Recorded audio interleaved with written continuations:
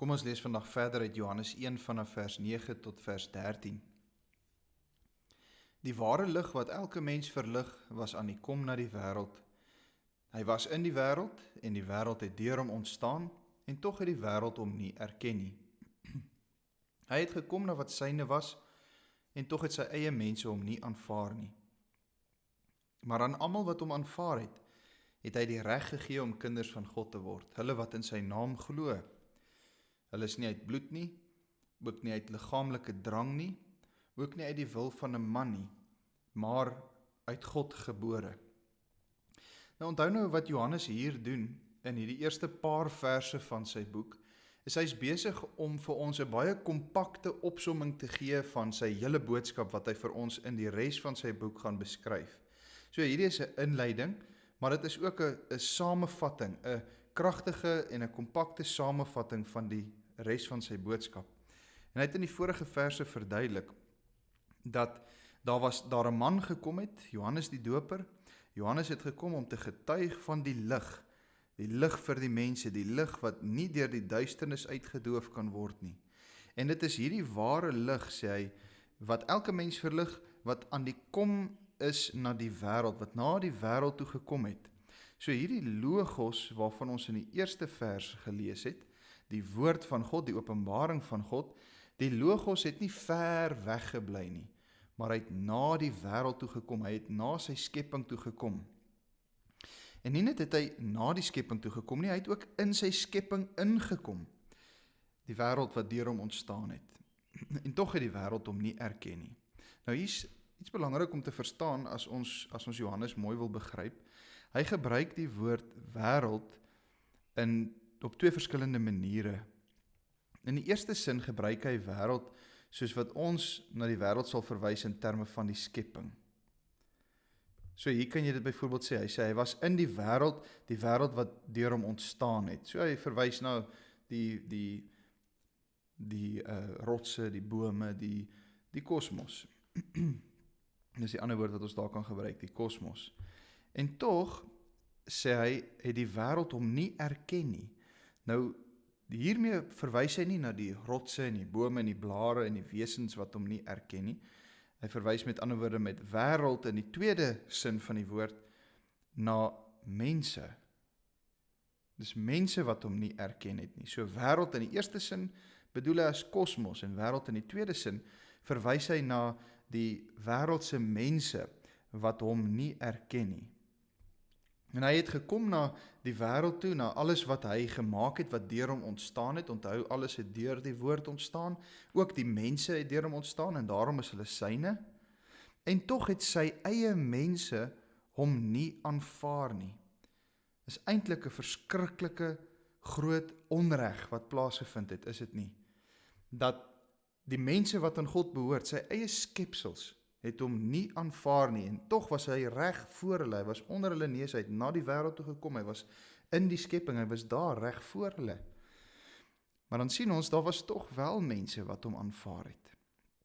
En aan hulle het hy die reg gegee om kinders van God genoem te word. Dit is 'n reg om 'n kind van God genoem te word. Dit is 'n regsterm wat hier gebruik word. As jy Jesus Christus aanvaar, dan gee hy aan jou die reg. Dit is, hy gee vir jou die beloftes van 'n erfenis. Hy gee vir jou die erfdeel. Hy gee vir jou die reg, as ek dit so kan sê, om jou te beroep op die genade van die Seun, die genade van die woord, die logos van Jesus Christus wat na die wêreld toe gekom het. Hulle wat in sy naam glo, ontvang hierdie reg. In sy naam het sien ons in Hebreërs 1, hy het die naam bo alle name, sy naam is selfs bo die engele, bo die hoogste geestelike wese. En wat beteken dit om te glo in Jesus Christus? Jy het dalk al baie keer gehoor daarvan, dat jy moet glo in Jesus Christus. Jy het gehoor van Jesus wat mens geword het, jy het dalk al gehoor dat hy aan die kruis gesterf het vir jou sondes, ensovoorts, ensovoorts. En jy weet jy moet in hom glo, maar wat beteken dit regtig om in hom te glo? Wel, dit beteken sekerlik die teenoorgestelde as hierdie mense wat hom nie aanvaar het nie. So glo, as ons dit so kan sê, glo verwys daarna of beteken dat jy in die eerste plek Jesus Christus erken. Jy erken hom as die gesagvolle openbaring van God. Hy is die woord, hy is self God. En alles het deur hom ontstaan. Maar in die tweede plek, as jy glo, dan beteken dit ook, jy aanvaar hom. Jy aanvaar hom. Jy neem hom aan as seun van God vir jou. Hy is jou verlosser. Hy is die een wat in die wêreld ingekom het vir jou. Jy aanvaar hom, jy erken hom en jy aanvaar hom. Dit is geloof. Nou, ek wil jou regtig oproep. Dalk is jy 'n Christen, dalk sê jy nog altyd jy is 'n Christen en jy weet al die dinge van Jesus Christus. Maar maak tog seker dat jy Jesus Christus erken en aanvaar, dat jy werklik in sy naam glo en nie net kennis neem van alles wat hy gedoen het nie. Dalk is daar iemand wat hierdie video vandag kyk en jy het nog nie Jesus Christus aanvaar en jy erken hom nie. Dan wil ek jou vandag aanspoor om dit regtig te doen. Doen dit werklik, anders is daar vir jou geen redding nie. En wanneer jy in Jesus Christus glo, hom erken en aanvaar, dan is jy kind van God. Dan gee hy aan jou die reg om kind van God te word. Nou moet ons ook onthou, hoe is dit moontlik dat ons so kan glo in die naam van Jesus Christus? Dit kan nie gebeur uit bloed nie. Dit kan nie gebeur as ons werklik mens is nie, maar uit God gebore is. So ja, jy is mens in die sin van dat jy na jou natuur mens is, maar geestelik het die lig van God die oë van jou hart verlig, sodat jy kan sien. Dit is wat Johannes hier bedoel as hy sê ons is uit God gebore. Jou natuur is verander, jy is vernuwe, jy is herskep. Dit is die wedergeboorte. Van die wedergeboorte praat hy ook met Nikodemus. Jesus praat met Nikodemus in Johannes 3. So ons sal weer terugkom na hierdie onderwerp. Maar jy moet wedergebore wees. En as jy nie wedergebore is nie, dan sal jy nie kan glo nie. Dan sal jy nie die seun, die woord kan erken nie. En jy sal hom nie kan aanvaar nie. Jy moet wedergebore wees. So wat kom eerste, geloof of die wedergeboorte? Ons sien hier, jy moet eers wedergebore word.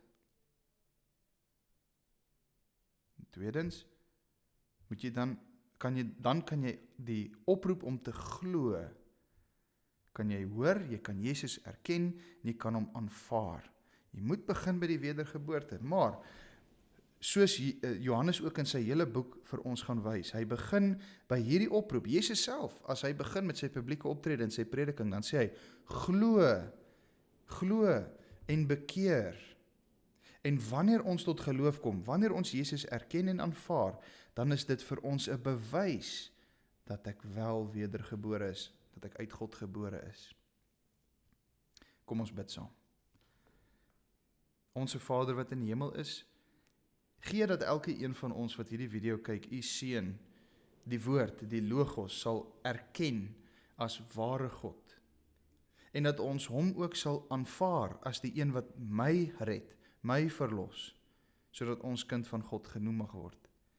Dankie vir die van ons wat alreeds glo, dankie dat ons vandag hierdie groot troostryke gedagte mag vashou, dat u aan ons die reg gegee het om kinders van God te word. U genade, Here, is onbeskryflik groot. Ons dankie daarvoor. Amen.